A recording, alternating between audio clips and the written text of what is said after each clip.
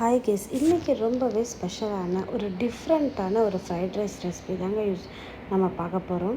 இதில் வந்து நான் எக் ஆட் பண்ணியிருக்கிறேன், அப்புறமா பன்னீர் ஆட் பண்ணியிருக்கேன், அண்ட் ஆல்சோ வெஜிடபிள்ஸ் ஆட் பண்ணியிருக்கேன். இப்போ நீங்கள் நார்மல் ரைஸ் இல்லைன்னா பாஸ்மதி ரைஸ் உங்களுக்கு எது இஷ்டமோ அந்த ரைஸை நீங்கள் ஆஸ் யூஷுவல் குக் பண்ணி எடுத்துக்கோங்க. அப்புறமா கேரட்டும் பீன்ஸும் நான் இன்றைக்கி வெஜிடபிள்ஸ் எடுத்திருக்கேன். அதையுமே வந்து கட் பண்ணிவிட்டு க்ளீனாக வாஷ் பண்ணி பீல் பண்ணி எடுத்துட்டேன். இப்போ அதை வந்து சின்ன சின்ன பீசஸாகவும் கட் பண்ணி வச்சுட்டேன். பாருங்கள், ரைஸ் குக் ஆகிடுச்சு. ரைஸ் நல்லா உதிரியாக வந்திருக்கு. இப்போ வந்து இதை ஒரு பிளேட்டுக்கு நம்ம ட்ரான்ஸ்ஃபர் பண்ணிடலாம். ட்ரான்ஸ்ஃபர் பண்ணி ஆற விட்டுருங்க. அப்போ தான் வந்து ரைஸ் உதிரியாக இருக்கும். ஆல்சோ நீங்கள் கொஞ்சம் பன்னீரையுமே எடுத்து இப்போது நம்ம ரெடி பண்ண ஆரம்பிச்சிடலாம். இது ஹோம்மேட் பண்ணிடுங்க, அதுதான் இந்த ஷேப்பில் இருக்குது.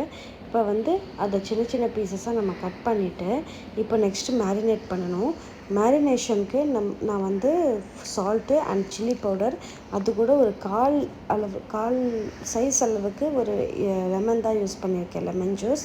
அதுக்கப்புறமா இந்த பன்னீரை வந்து அதில் அந்த மிக்சரில் போட்டு நல்லா மிக்ஸ் பண்ணி மேரினேட் பண்ணிக்கலாம். அப்போ தான் வந்து உங்களுக்கு நல்லா டேஸ்ட் இருக்கும். பன்னீர் அப்படியே ஃப்ரை பண்ணி போடுறத விட இப்படி மேரினேட் பண்ணி நீங்கள் ஃப்ரை பண்ணி ஆட் பண்ணிங்கன்னா நல்லாயிருக்கும்.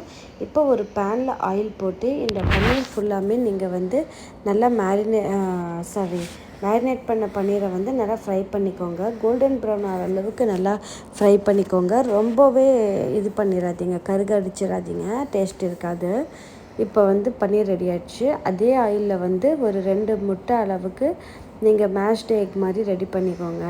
இதில் சால்ட் மட்டும் ஆட் பண்ணால் போதுங்க. ஏன்னா நீங்கள் சில்லி பவுடர் வந்து அதுலேயே ஆல்ரெடி பன்னீர் ஃப்ரை பண்ண ஆயில் அப்படின்றனால எக்கை மட்டும் நீங்கள் சால்ட் மட்டும் யூஸ் பண்ணால் போதும். நெக்ஸ்ட்டு வந்து ஒரு ஹார்டான வெசல் எடுத்துக்கோங்க.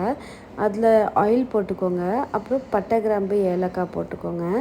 நெக்ஸ்ட்டு வந்து நம்ம சாப் பண்ணி வச்சுருக்கிற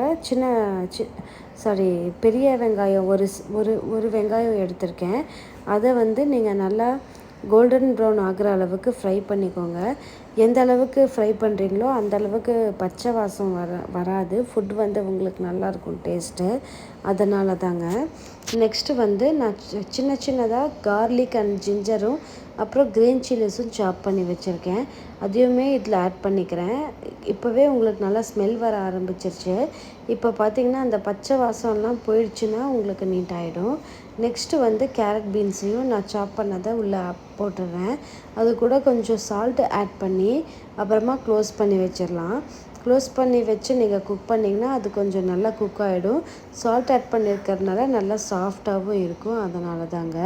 பாருங்கள் எப்படி அது நம்ம குக் ஆகிட்டு இருக்கிறது நம்மளுக்கு அப்படியே தெரியுது. நெக்ஸ்ட்டு நம்ம கொஞ்சம் அதை ஓப்பன் பண்ணி திருப்பி மட்டும் விட்டுடலாம். ஏன்னா கிளறி விடலைன்னா அது கீழே அடிபட்டுரும் இல்லையா, அதனால் நம்ம 2 டைம்ஸ் 3 டைம்ஸ் அந்த மாதிரி ஓப்பன் பண்ணி நீங்கள் கிளறி மட்டும் விட்டால் போதுங்க. நெக்ஸ்ட் இது குக் ஆகிடுச்சு. இது குக் ஆனோடனே நம்ம இப்போ வந்து மேஷ்டு எக்கையும் அதில் ஆட் பண்ணிக்கிறோம். எக்கும் அது கூட சேர்ந்து நல்லா குக் ஆகிடும். அப்புறம் நம்ம ரைஸ் ஆட் பண்ணிக்கலாம். ரைஸ் வந்து நம்ம இவ்வளோ நேரமாக வச்சுருக்கறனால ரைஸ் ஃபுல்லாக ஆறி போயிருக்கும். ஸோ இதில் நல்லா கிளறி விட்டு ரைஸ்க்கு ஹீட் ட்ரான்ஸ்ஃபர் ஆகிற அளவுக்கு நம்ம அதை கிளறி விடணுங்க. ஃபுல் ரைஸையும் நம்ம கொஞ்சம் கொஞ்சமாக ஆட் பண்ணி நல்லா கிளறி விட்டுக்கோங்க.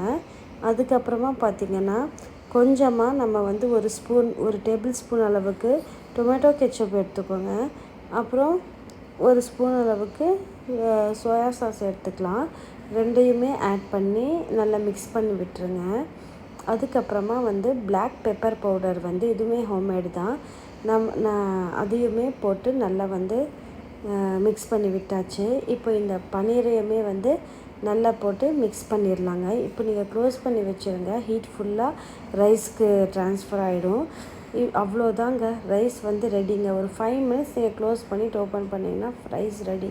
இந்த ரெசிபி உங்களுக்கு பிடிச்சிருந்ததுன்னா கண்டிப்பாக ட்ரை பண்ணி பார்த்துட்டு கண்டிப்பாக நீங்கள் வந்து எனக்கு கமெண்ட் செக்ஷனில் கமெண்ட் பண்ணுங்கள். உங்களோட ஃப்ரெண்ட்ஸ் அண்ட் ஃபேமிலிஸ் கூட ஷேர் பண்ணுங்கள், லைக் பண்ணுங்கள். நம்ம சேனலை மறக்காமல் சப்ஸ்கிரைப் பண்ணுங்கள்.